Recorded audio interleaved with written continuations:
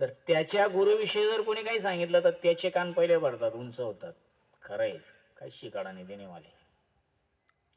अरे गुरुने नाम मंत्र दिला हेच भरपूर आहे. भाग्यवंत समजायचं त्याला ज्याला गुरु मिळाला. याच्या युगात तरी भाग्यवंत समजायचं की ज्याला चांगला गुरु मिळाला. जुने लोक म्हणायचे ना, पाणी पिणं छान के गुरु करना पहिचान के. पाणी छान के आणि गुरु पहिचान के याचा अर्थ काय हे खूप महत्वाचं आहे. पाणी पिणं छान के गुरु करना पहिचान के याचा खरा अर्थ आहे, पाणी जर प्यायचं असेल तर त्याच घरातलं प्यायचं जिथं सात्विक असेल, परमार्थिक असेल. सात्विक असेल, परमार्थिक असेल, ज्या घरामध्ये त्या घरातील सर्व लोकांनी गुरु केलेला असेल त्या घरातलं पाणी प्यायचं छान की. गुरु करना पहिचान के याचा खरा अर्थ आहे, म्हणजे ज्याला काही विद्या येते तो गुरु करायचा का? नाही. जो काही उलटे सिद्ध धंदे करतो त्याला गुरु करायचं का? नाही. गुरु करना पहिचान के, ज्या गुरुचा त्याच्या गुरुवर, सतगुरुवर ज्याच्या तन मन धनाने विश्वास असेल त्याला गुरु करायचं. जुने लोक हे म्हणायचे, पाणी पिना छान के गुरु करना पहिचान के. गुरुचं नामस्मरण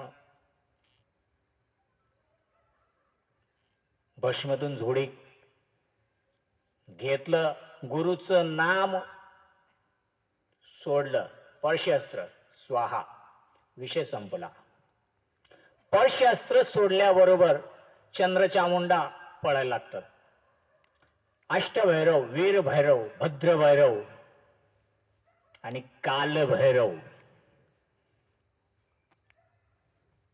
मूर्छित होऊन पडतात. चंद्रचामुंडा यांची तर एवढी फजिती करतात की अक्षरशः केस मोकळे आणि निवस्त्र करून सोडतात ते मच्छिंद्रनाथ मुनी. मोहिनी अस्त्र टाकून देतात त्यांच्यावर, केस मोकळे निवस्त्र करून सोडतात आणि त्याच्यानंतर मोहिनी वस्त्र काढून घेतात. ज्यावेळी चंद्रचामुंडा, रंडामुंडा हे स्वतःला ज्यावेळेस बघतात की आपण निवस्त्र आहोत तर जीव घेऊन पडतात त्या वज्रेश्वरी देवीजवळ. वज्रेश्वरी आई पाहते की काय झालंस, का म्हणून पडताय आणि वस्त्र कुठे आहेत तुमचे.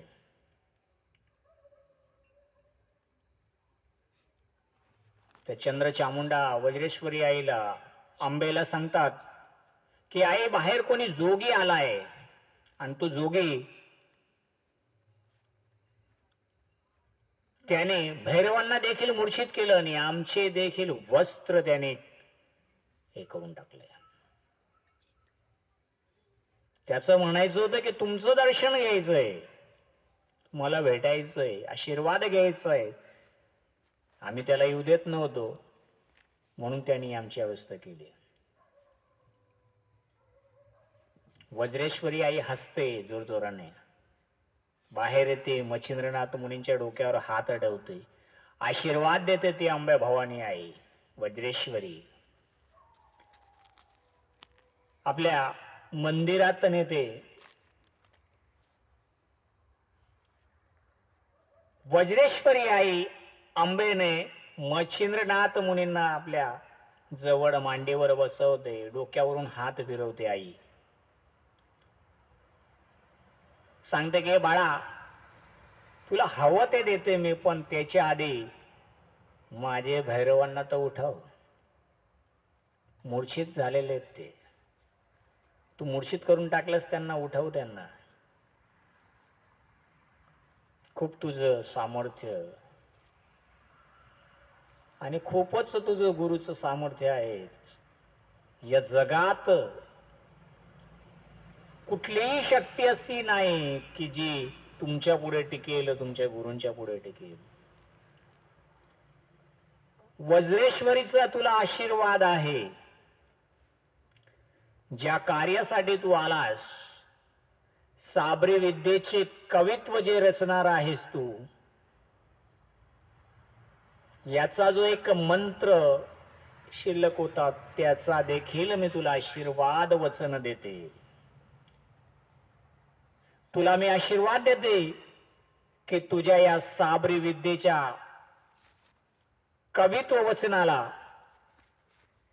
ब्रह्मांडात कोणीही टिकणार नाही, ना ब्रह्मा ना विष्णू ना महेश. नाथांची साबरी विद्येजवळ साक्षात कुठलाही भगवंताची शक्ती चालली नाही. साबरी विद्येचं जन्मच नाथांनी केला असं म्हणायला हरकत नाही. त्याची आधी कोणालाही माहित नव्हती साबरी विद्या म्हणजे नेमकी काय.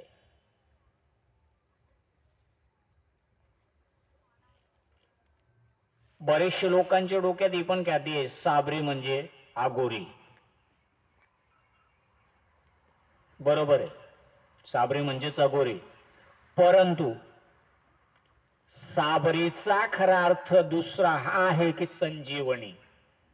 नाथांकडे साबरी आणि संजीवनी दोघही शक्ती आहेत. भक्तांसाठी संजीवनी, नाथांकडे भक्तांसाठी जी साबरी विद्येची संजीवनी आहे ना, ती तुमच्या आमच्या साधे भक्तांसाठी आहे. आणि साबरी जी आहे ती दुर्जनांसाठी आहे. आधीच बोललो मी, लाल टीका मधुर वाणिंता के वाचकी येई निशाणी. त्यांच्यासाठी ती साबरी. साम दाम दंड भेद काही चालत नाही तिच्याजवळ. नाथांची अशी ती शक्ती आहे. कमी तुमच्या 3-4 पुढ्यांपर्यंत आठवण राहील त्या वृक्षाची. लिंब, वड, पिंपळ, देवादिदेव महादेवांचं तर सर्व नातं ते घरोघरीच झाले जवळजवळ. बेलपत्र. वृक्ष लावायचेच असे लावा, आयुष्यात एक. पण वृक्ष लावल्यानंतर हे पण एक खूप महत्वाचं आहे की कमीत कमी एकदम कमीत कमी 6 महिने त्याची काळजी घ्या.